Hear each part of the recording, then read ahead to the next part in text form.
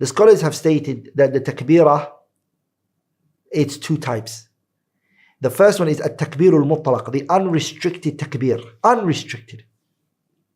And it is that which should be said all the time, daytime, nighttime, and it starts, okay, when Dhul Hijjah starts. And it carries on until Ayyam al-Tashriq.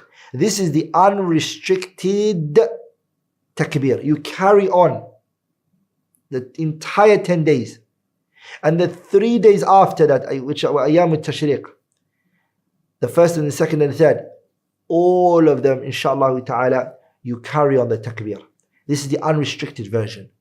Then there comes the second, which is at-takbir al-muqayyad, the restricted takbir. And that is the one that is said after aqib as-salawat. It's said after the prayers. And this one, it starts, okay, from the fajr, okay, of the day of Arafah. And it carries on until Salatul Asri on the last days of Ayyam al-Tashriq. And the Ayyam al-Tashriq is 𝗪𝗀𝗃 عشر من ذي الحجة. It is the 13th day of Dhul Hijjah. So it's the, as I mentioned, Yawm al-Nahr, which is on the 10th, and then 3 days after. So you carry on until the last day of Yawm al-Tashriq, on the 13th day. Salatul Asri, when you pray it, you stop it because the day is over now.